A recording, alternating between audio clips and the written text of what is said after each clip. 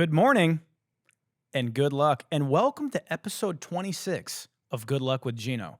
I'm your host, Gino the Ghost. And guys, we got a new setup here, don't we? I mean, look what we did with the place. Now, what's a little different is I'm on this side now. So the only downside, you can't really see the jewelry and the ice on my left hand. We're going to have to maybe work on that for the next show. But for now, just use your imagination. Imagine the Weekend song, just blinding lights. Blinded by the lights. No, I can't think of your touch. Just think of that whenever you think of my left side. Also, you notice anything different about me? Any glaring changes in my physical appearance? No, I didn't lose weight, but I need to. I dyed my hair blue. We're back. I was itching to do something a little different. You know me, I'm a really subtle guy. I like to blend in with the crowd. And we wanted to do something spicy before I go to Asia in about 8 hours. I have a flight. I'm flying to Bangkok.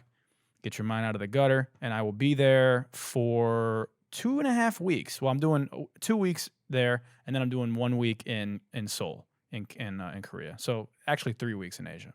So anyway, if you're watching this, I'm overseas. Yesterday was 9/11. This episode will probably come out in like 2 weeks. So this will be a little dated.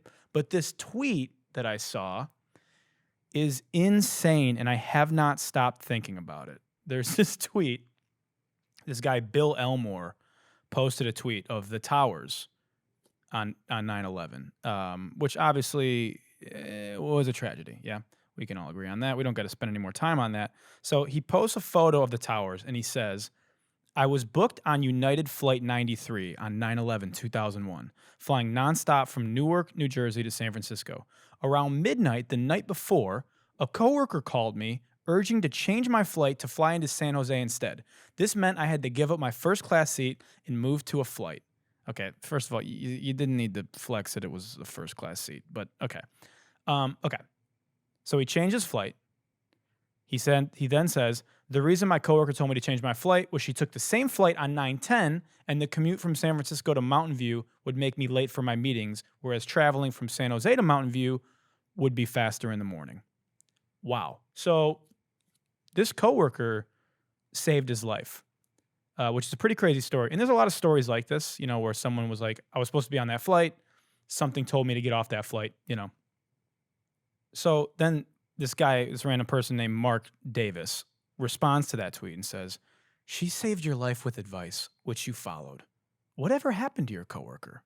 To which Bill replies, sad to say, I ultimately had to fire her for poor performance. It was difficult. Dude, that is insane. Coworker saves his life. And what a dismount, What a plot twist. I gotta know what that conversation was like when he fired her. And also, like, how long after she saved his life did he fire her? Was it like years later? Or was it like a few months later? Like, did this guy want to fire her? And then was like, fuck, well, now I got to keep her on longer because she saved my life. I can't fire her now. How bad do you think she wishes that she had a time machine so she could go back and right when she goes to pick up her phone to call him and tell him to change his flight, she's just like, you know what? I want to get that severance package. That's the most savage shit ever. I mean, that is capitalism. Like, that is just fuck being indebted to her. He was just like, yeah, I had to can her ass. She was not optimal as an employee. Oh, that's such a funny story. That's such a good tweet. I want to have that guy in the podcast and just ask him about that. I would do some shit like that. but I would give it a couple of years, you know. You at least earned, like, and maybe like I give you a little raise. You saved my life, you know. But what have you done for me lately? You know, maybe you give her a year and then you do your annual performance review, and you're like, well, you only saved my life last year. This upcoming quarter, we can't really factor that. Anyway, okay. What else did I do this week? You know what? I reluctantly watched an episode of Love Island. Now, I had a period in the beginning of COVID where I kind of went into this random weird reality TV rabbit hole. I don't know how I got there, but I caught myself watching a lot of reality TV. I mean, the whole world was in shambles, so it makes sense that I would. But I don't know what I was doing on September 9th, just on an afternoon, watching an episode of Love Island. But I was there. And I saw this clip, and I remember seeing it and thinking, okay, this is the most brain-dead conversation I've ever had, and it's now time for me to turn off Love Island and never turn it on again. And I found the clip on Instagram, and I'm going to play it, and you tell me that this is not the most brain-dead conversation you've ever heard in your life. Ready? Okay, here we go. So tell me something that's going to make me like you more. I don't know if it's going to make you like me, but... Okay, first of all, just the worst opening line maybe ever in flirting history. So tell me something that's going to make me like you more. Like, dude, has that line ever worked one time? Hey, you're pretty insufferable. Maybe give me something to keep me around for a little bit longer in this conversation. Okay, let's watch this again. And this guy looks like such a fucking tool also. So tell me something that's going to make me like you more. I don't know if it's going to make you like me, but I feel like something that always like surprises people about me is just like how nerdy I am. Like I'm very into like Harry Potter, Marvel, comic books, all that. Yeah, you're so nerdy. Dude, I hate when girls say that. I'm just like kind of a nerd. I don't know. I know I look like really hot and like I'm not into that kind of stuff, but you'd be surprised. I really like superheroes and like Pokemon. That stuff. Gosh, that's awesome. Well, I'm extremely crafty. Are you? I can't make it through this clip. Gosh, that's awesome. What's this voice he's doing, you know? You know, bro is like pitching his voice down like 4 semitones on this. So tell me something that's gonna make me like you more. And then she goes, I'm just like kind of nerdy. And he's like, gosh, that's awesome. Okay, let's start from the beginning. I swear we can make it through this clip. So tell me something that's going to make me like you more. I don't know if it's going to make you like me, but I feel like something that always like surprises people about me is just like how nerdy I am. Yeah. Like I'm very into like Harry Potter, Marvel, comic books, all that stuff. Right. Gosh, that's awesome. Well, I'm extremely crafty. Are you? I can make anything. Okay. True story. I like that. Furniture, like you name it. Love a crafty man. That's important. Do you feel like we're vibing? Because I really do.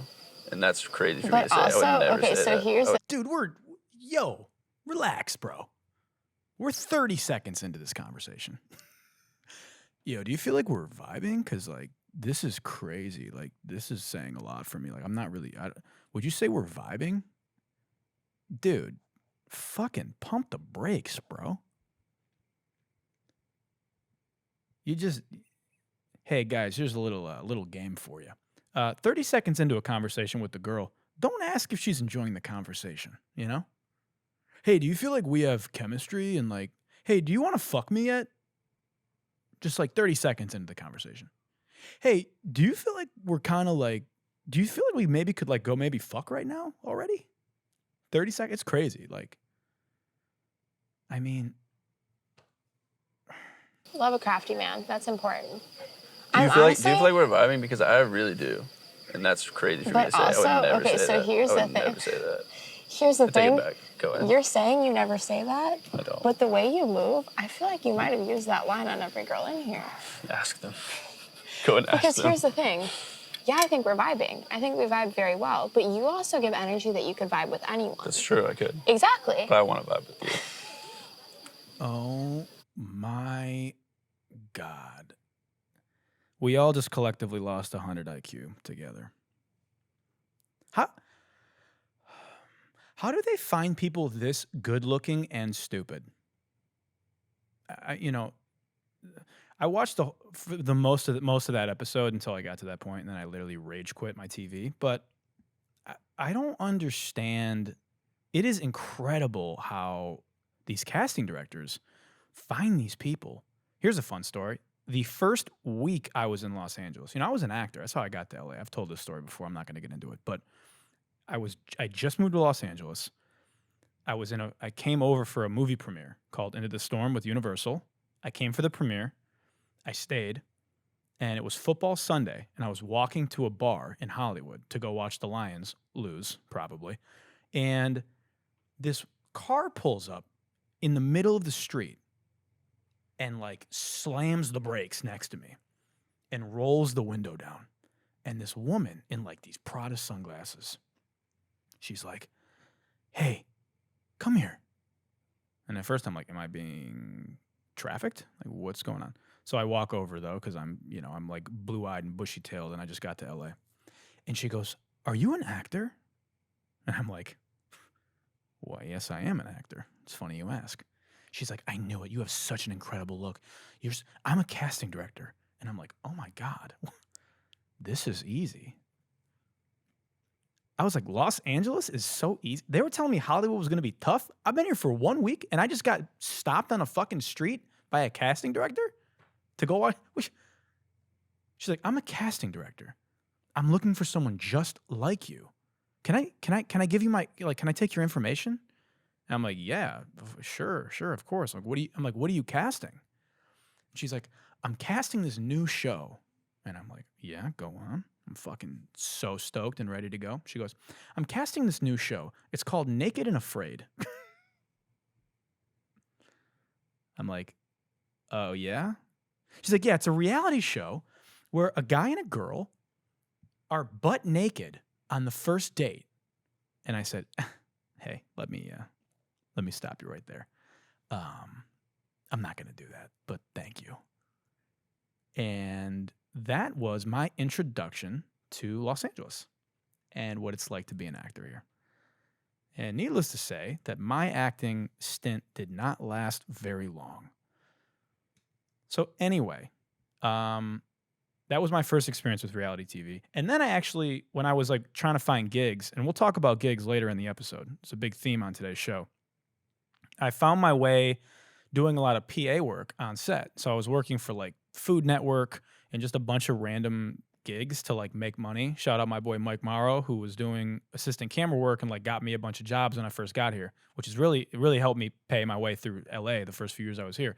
I ended up on this reality show where I was a PA at first. It was called Wives and Girlfriends on E. It was called WAGs. And it was about athletes, or the wives and girlfriends of athletes. Real quality television. And I spent a lot of time at E, which is literally like a Kardashian shrine, if you're ever in the E main building. Anyway, I somehow like worked my way up to story producer because there was just like not a lot of people that knew about sports on set, and like there was an emergency. I filled in, I figured it out, and I ended up kind of story producing. And I can tell you guys on the record, just to confirm your suspicions, that reality TV is not scripted, but it is completely situationally scripted. Like 99% of it is situationally scripted. We would essentially we'd put these two girls together and we'd be like, "Okay, you guys are out at lunch." We'd book like some insane fancy restaurant, and then we would just sit them at like lunch and in like Beverly Hills. And we'd be like, "Okay, your husband is playing in a hockey game and you're inviting him to watch the game, but your husband plays in the NBA. And you're going to say that you don't really think hockey is a big sport. And then you guys are going to just get in an argument about that. Ready? Go." And that's reality TV.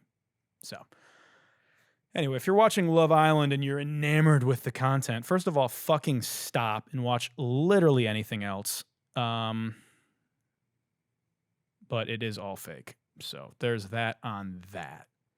Instead of watching Love Island, you could be watching NPC Cosplay on TikTok Live, which has now elevated to level 2 of insanity. So in Black Mirror news, I'm on TikTok and I'm scrolling, and I stumble across a new trend in the NPC TikTok world. So if you're familiar, you remember the ice cream so good girl, the yes, yes, yes, ice cream so good. And when that was all happening and everybody was busy fucking patting her on the back and congratulating her for making money, I was on here saying, hey, this is terrible, and it's going to result in more garbage, mindless, just talentless into the ether of social content. And what ended up happening was exactly what I said, which is everybody else is seeing all the money this girl's making, and they're like, shit, I should do this. And then every video on TikTok is literally somebody going, thanks for the glizzy, thanks for the glizzy, on camera for hours, panhandling. Well, now there's this new trend of like NPC cosplaying in the street. So, okay, so I'll play a clip. But again, if you're listening back home instead of watching, oh my God, did I forget the intro? Did I forget the intro to my podcast? Guys, well, guess what? If you didn't do it already, make sure you like, subscribe, comment, and do all those good things. Maybe I'll plug in the intro to the podcast later. Yeah, that's what I'm going to do. Okay, anyway. Okay, getting back on track. Yeah, so they're just panhandling in the streets of New York. And it's insane. I mean, we have reached... Confetti at the Club Milk. I better see you tonight at Tao, bro. You're at my table, bro. Let's get a bottle, bro. A little bit too early to get that Uber now, bro. Nothing like a New York City glizzy, bro. I'm blue, I'm a D-Baba-Da, yeah, I'm a D-Baba-Da. I love club music, bro. Nothing like a New York City glizzy, bro. Aren't you embarrassed? What's that Sebastian Maniscalco bit where he goes, aren't you embarrassed? This is a combination of begging for money on the street and begging for money on TikTok Live. And now people are doing it simultaneously. This is like panhandler inception. I want you to understand this. As we continue down this road, we are going to come to a place where soon,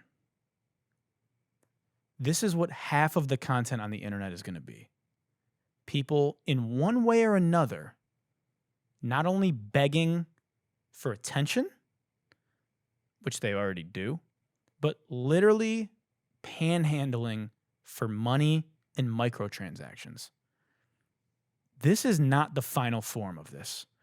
It is going to get so fucky and demented, you're not even going to recognize the internet. I'm telling you. You remember this episode. I want you to even come. Episode 26, remember it in your head. 26, 26, 26. You come back and revisit this in a year and a half, and I'm telling you, you're going to be like, holy shit, that was the turning point when that guy was panhandling in New York on TikTok Live with the tripod setup. Literally, like, I mean, the levels of absurdity that we have reached, I don't know if we haven't even peaked on this year yet. I mean, it's only September. We've got a lot of time left. You fucking wait. On that same note, a model named Sika Moon made a digital copy of herself, an AI version of herself, and now earns $20,000 a month putting out pictures of her AI virtual clone. So she's like an OnlyFans girl. And she used, some AI technology to make like an AI. It looks a lot like her. Obviously, like it looks AI-y. But it looks pretty fucking real. I mean, someone sent me this. I was in a coffee shop yesterday, and someone sent me this like, yo, you got to talk about this on the podcast. And I open it up in the podcast, and I'm like looking through the article, and it's all these photos of this girl like with her like AI titties like almost out basically in this article, and I'm like scrolling, like reading the info that I'm gonna relay to you. And then meanwhile, I'm like, oh fuck. And I turn around and this girl's just like looking at me like, what is this fucking weirdo looking at in this coffee shop? Like I'm just looking at porn in the coffee shop. You know? I'm like, oh, it's a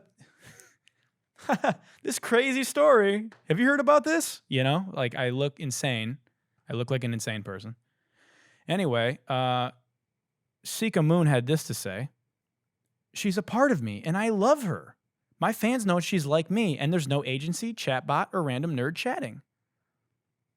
Like OnlyFans, FanView, which is the site that she uses, allows content creators to monetize their images and videos. You know, it's like another version of OnlyFans.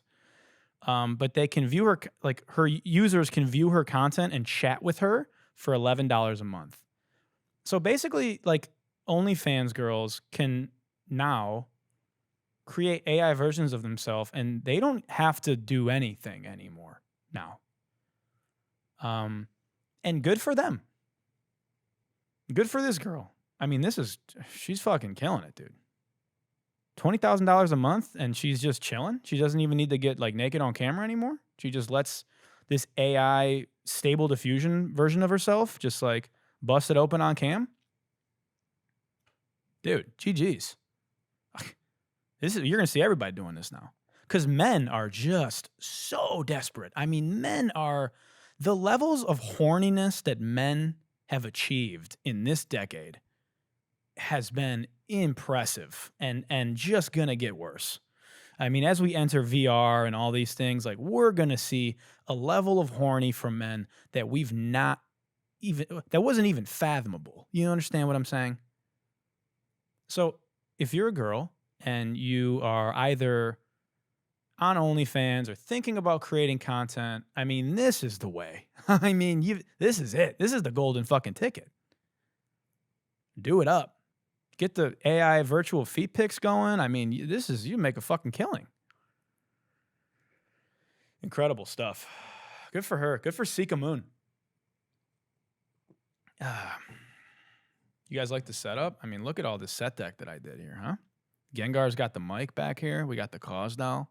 Matches the hair. I mean, it's a work of art. Okay, let's talk about our main story. Our main story is something that was inspired by events that happened a couple days ago. I had to take an Uber. And the Uber that I was taking was about a 4-mile trip. And I got quoted $60 to go 4 miles. It was like a 12-minute drive.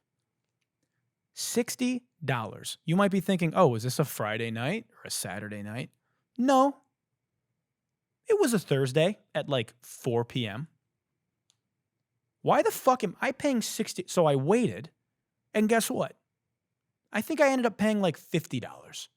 And I just decided I'm done. I'm done. I'm done with Uber. I'm fucking done with it. Uber has been trending and spiraling into madness for years. And I used to drive for Uber. A fun fact about me. We're going to dive into that horrible fucking past. But before we do, I want to talk about the current state of Uber.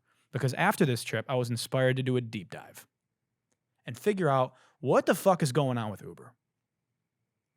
And I found this little nugget, this fun story. About a month ago, 2 months ago, a journalist was on her way to interview Uber CEO Dara Khosrowshahi. Said that wrong, for sure. So a journalist was taking an Uber ride from downtown Manhattan to interview Uber CEO Dara Khosrowshahi on the west side. The journalist paid $52 for the 3-mile trip. When she got to the interview, she asked Dara, how much do you think my Uber cost? 3 miles, how much do you think it cost? He goes, I don't know, $20? She goes, yeah, no. Try $30 higher, $50. And then she reveals that 5 minutes earlier, the price was $20 higher. So she was quoted $70 to go 3 miles, waited 5 minutes, Then it was $50. And she was like, well, I guess I better fucking take this or it's going to go back to 70.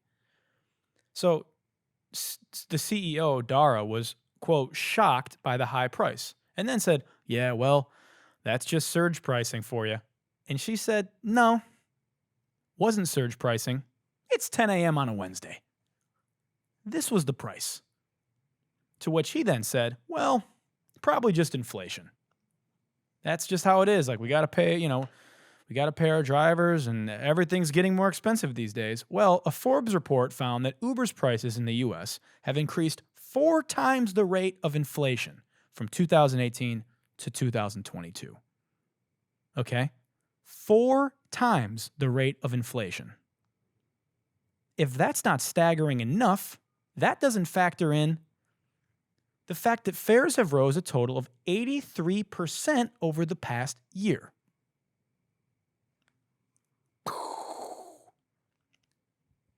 Yeah. So, hey, that shouldn't be legal. That's quite literally price gouging. Well, then you might say, well, at least Uber drivers are making more money. They're not. They're not making more money because Uber drivers make a fraction of that. And when you get surge pricing, and let's say you're supposed to take a trip that's normally $20 and it's costing $60 all of a sudden, in most of those cases, Uber drivers are making like an extra $5 to take that trip. So where the fuck is all the money going? I'll tell you where the money's going. It's going to Uber, who turned their first ever profit in the company's history this quarter. Uber turned its first operating profit ever, a profit of $394 million, a significant improvement from a $2.6 billion loss the previous year. So what changed? Well, I'll tell you. Their recent profitability is at the expense of everybody fucking else. It's at the expense of you, and it's at the expense of these poor drivers who have been suckered into doing gig work. Uber, and now we can kind of journey into my Uber journey. Because, when I was first in LA and I didn't have a job, and the PA work was slowing down, and I was trying to figure out what to do, and it was inconsistent, and I needed something to do, and everybody was like, oh, you can make all this money on Uber. Why don't you do Uber? It's flexible. You do music. It's perfect for you. So I was like, all right, fuck it. I'll do it. I got a car. Like, I had like a Toyota Camry. And at the time, I was living by the airport. So I was like, cool, I'll get a bunch of rides, It was absolute fucking misery. I did it for 2 years. It was the most soulless, I can't even describe how terrible of an experience it was. I cannot put it into words. I'm going to tell some ridiculous stories, but I want to talk about what Uber does psychologically. They manipulate their drivers psychologically to keep them on the app, to gaslight them into staying on the app, and to working in hours that aren't good for them. Now, I thought it was just, this is just Uber being smart and thinking. No, they literally conduct experiments in behavioral science to manipulate drivers for corporate growth.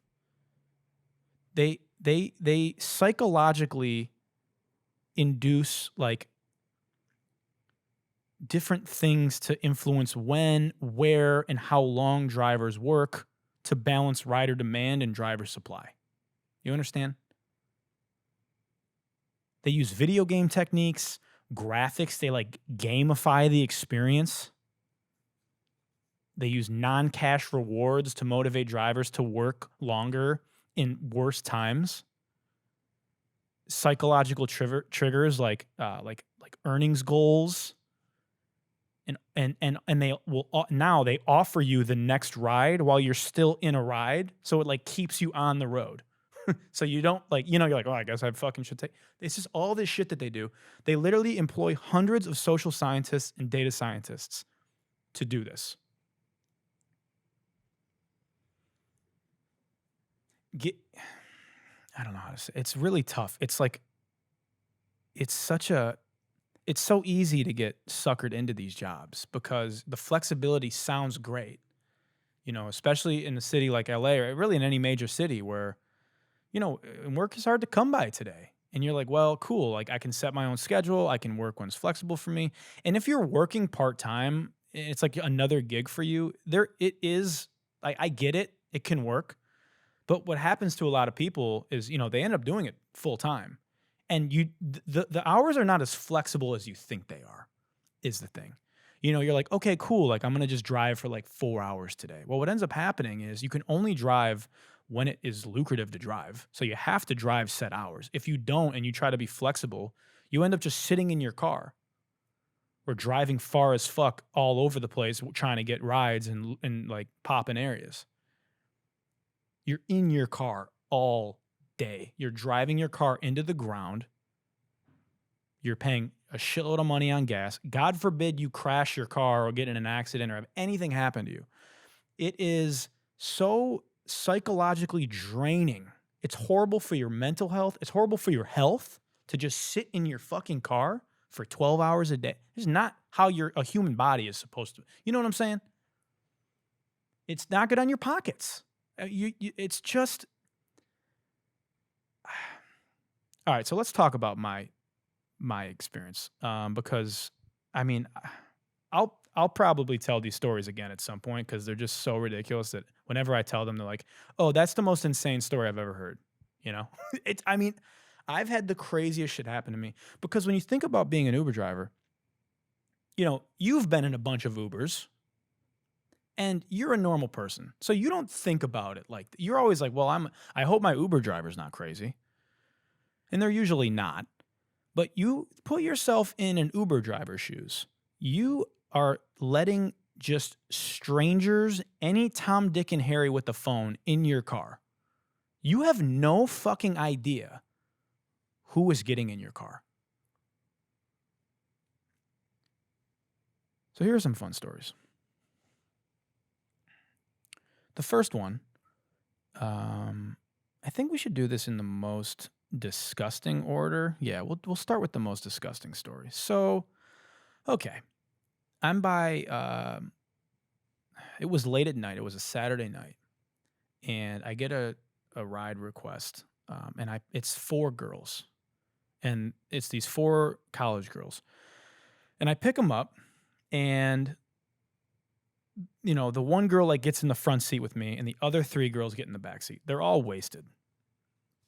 The girl in the middle back seat is especially wasted. And, you know, how do I put this eloquently? She is the unfortunate friend in the group.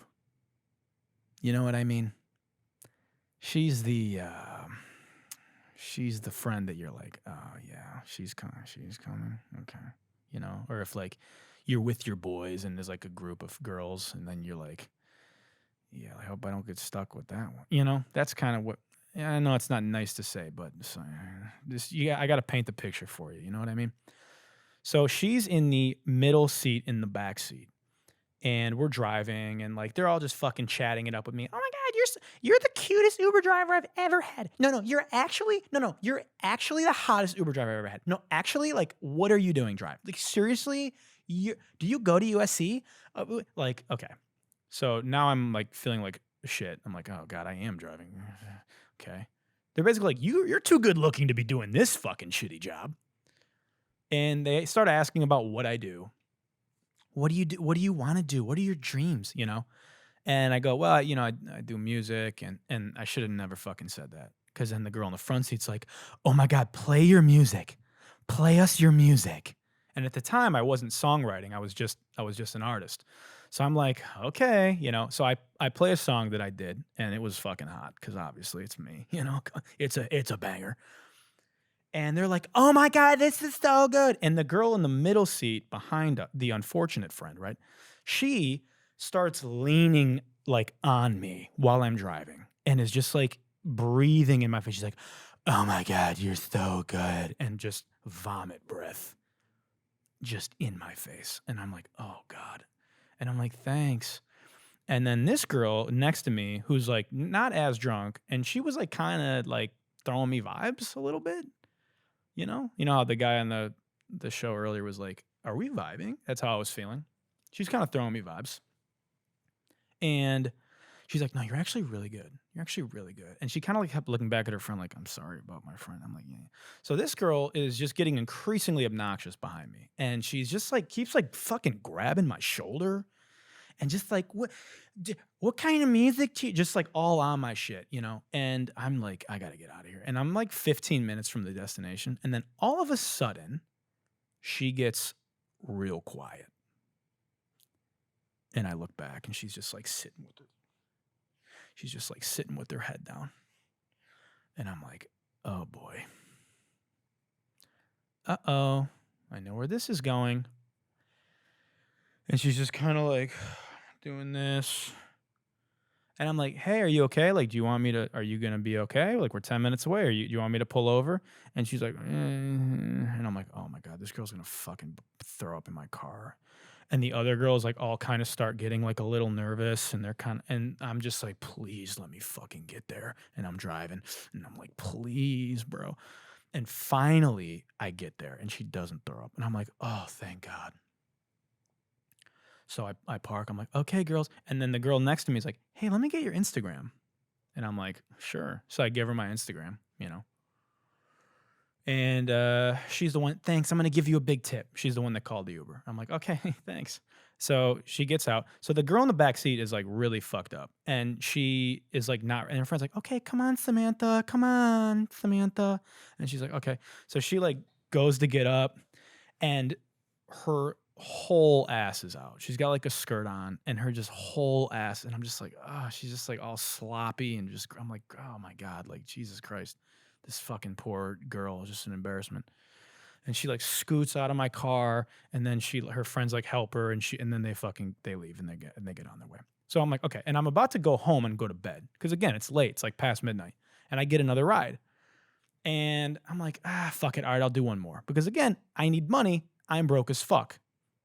And the app is like, stay on, you got another ride. So I take it. I pick this guy up. He gets in the front seat, which I'm normally like, you're just going to be in my front seat, but it was fine, whatever. He seemed cool. We're kind of chatting. He's got his like window down, and only his window's down.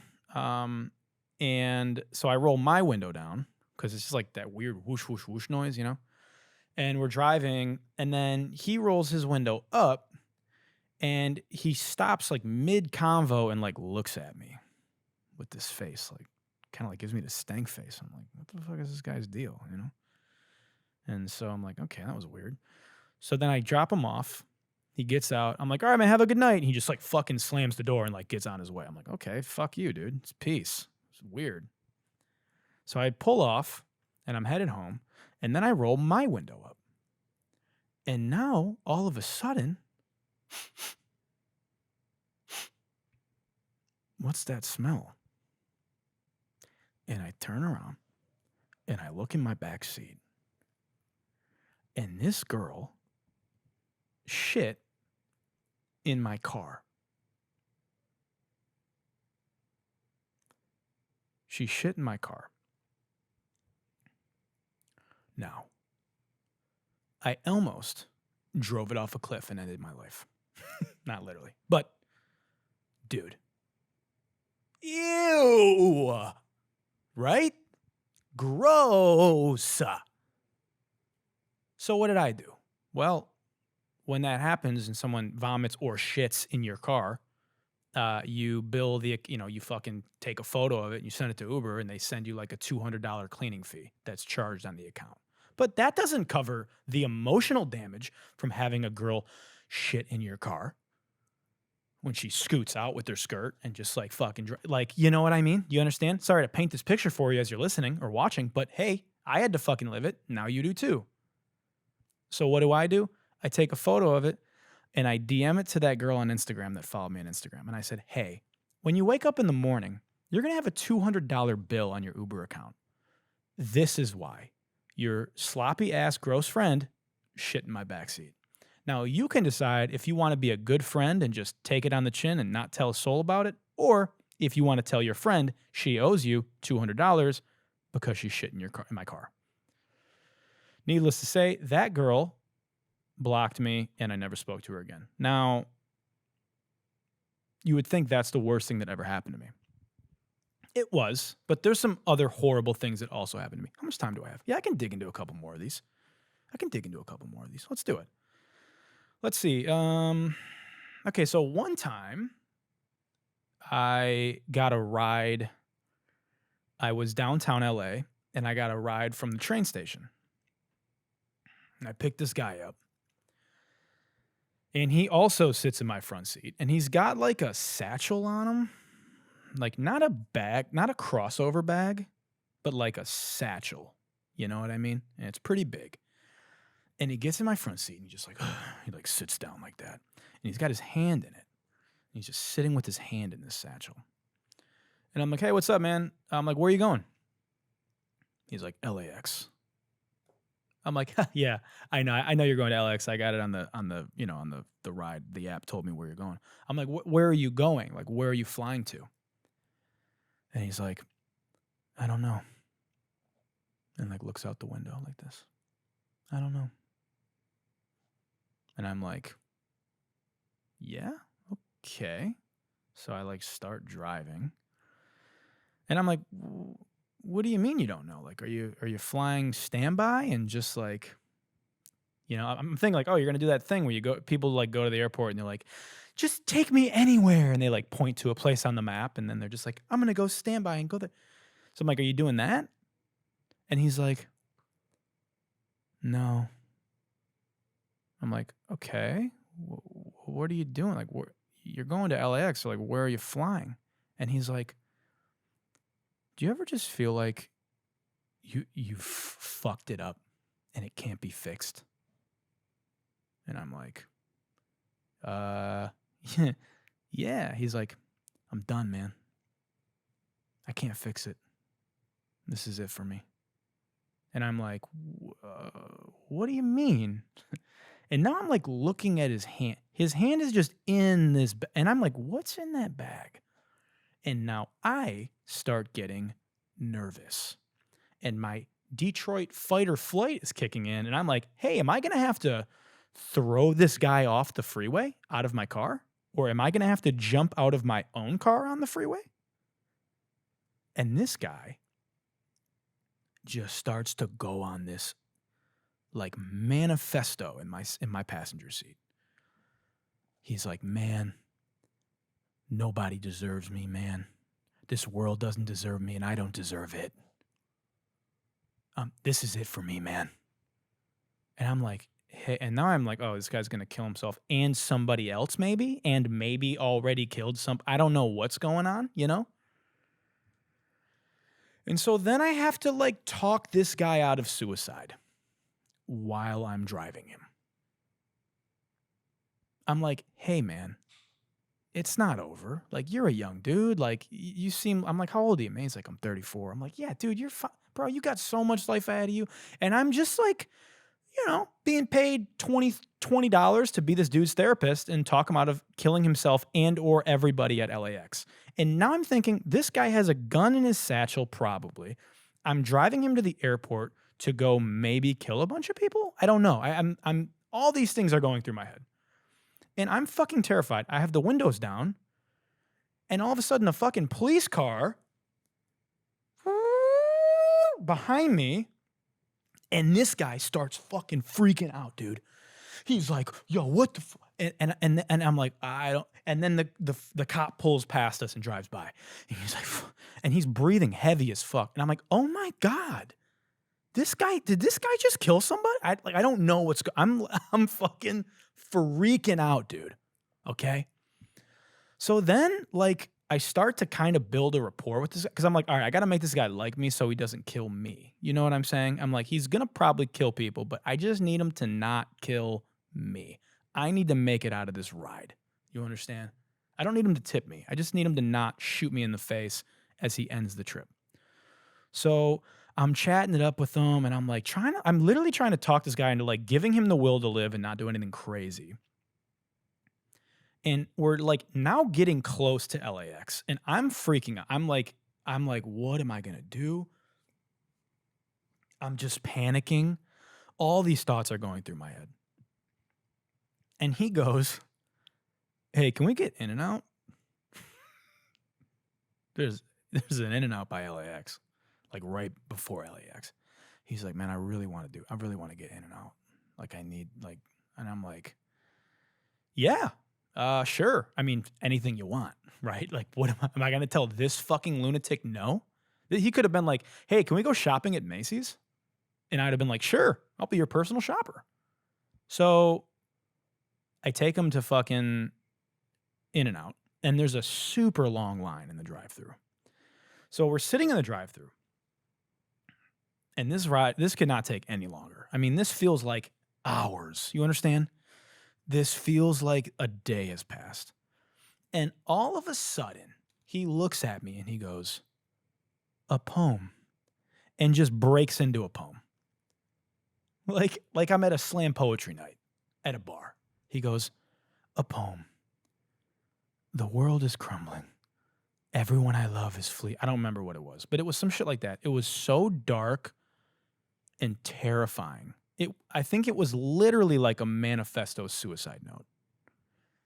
And as he's reading it, a plane like flies overhead super low, and I just got chills down my fucking spine. And I'm like, "Oh yeah, this guy's about to do a murder-suicide for sure.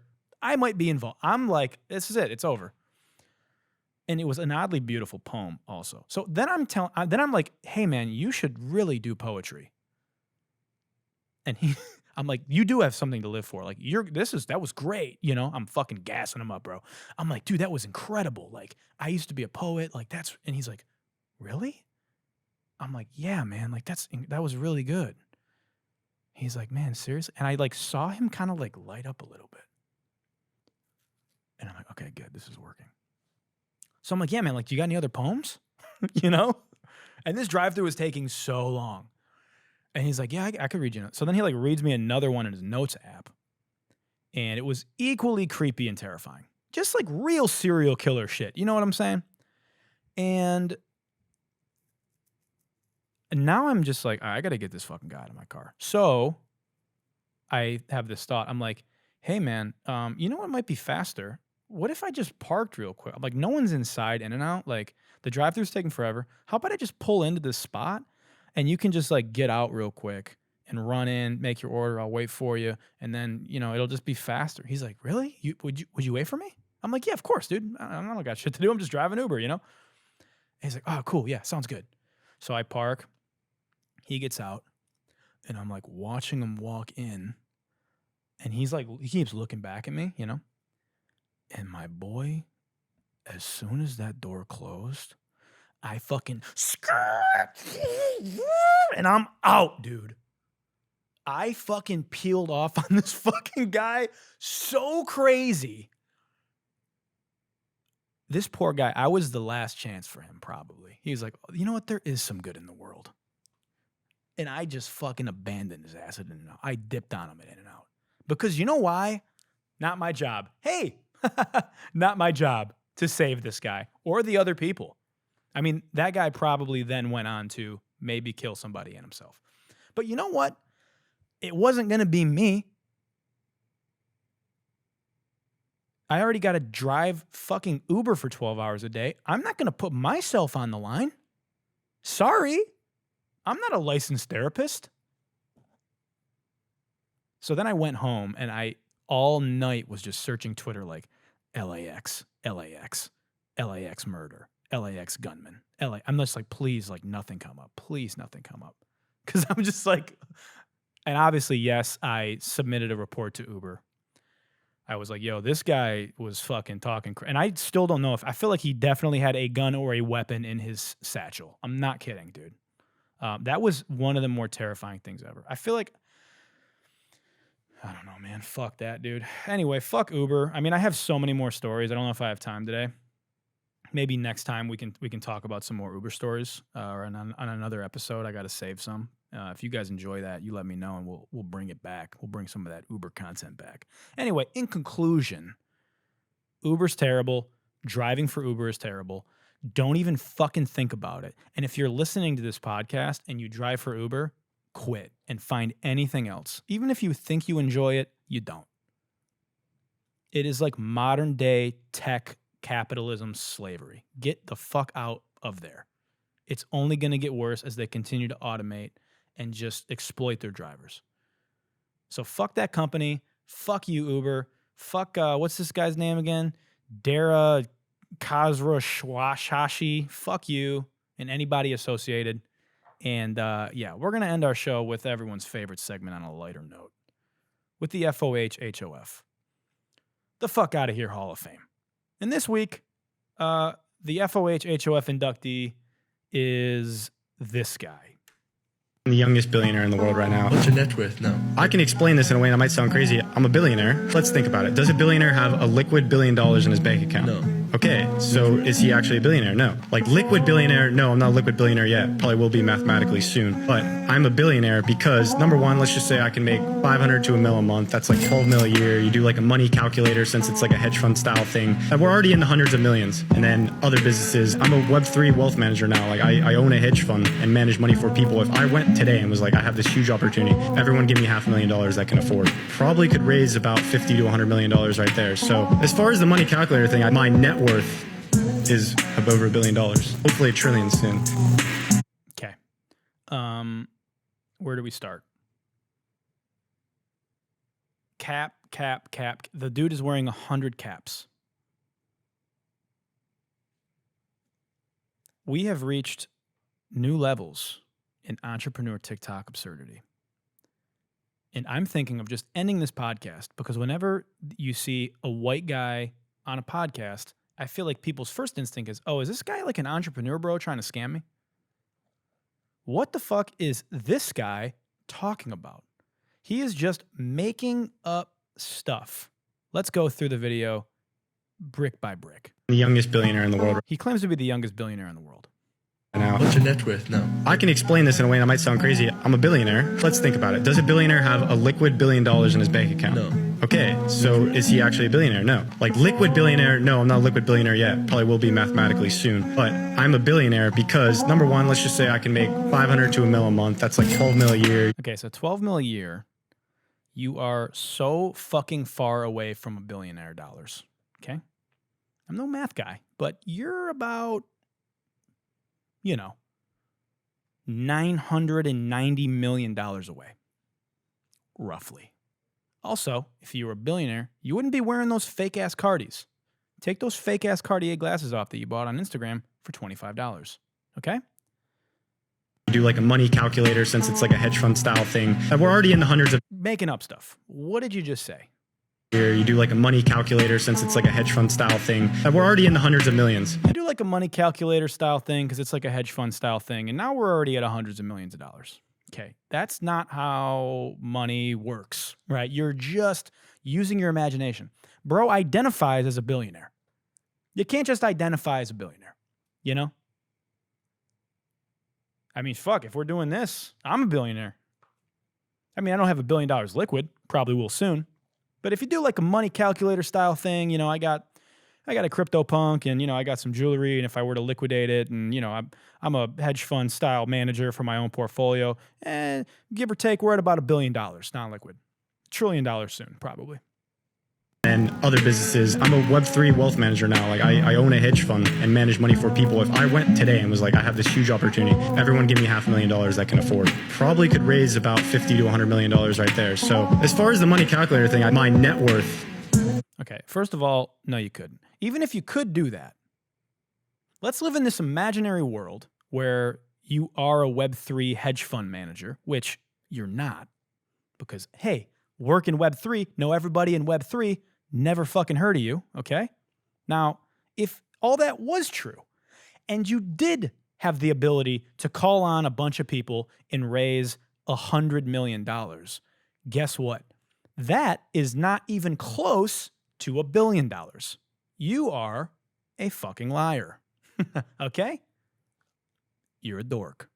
So, I mean, I could do a video like this every week. These guys are out of fucking control, man. We got to put an end to these entrepreneur TikTok bros. I mean, this guy at the end is like, yeah, I'll be I'll be a billionaire liquid soon. Hopefully a trillionaire soon. Yeah, probably not. If this guy makes $1 trillion, I will literally kill myself. I have it on camera. And I'll do it. I'm a man of my word. If this guy makes $1 trillion, I will kill myself. I'm sorry, I'll unalive myself. Yeah. The dumbest politically correct term ever, by the way. Like, unalive, you know?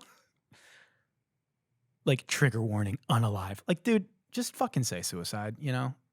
If someone's suicidal, like, me saying suicide is not going to make them make the final decision because they heard me say suicide.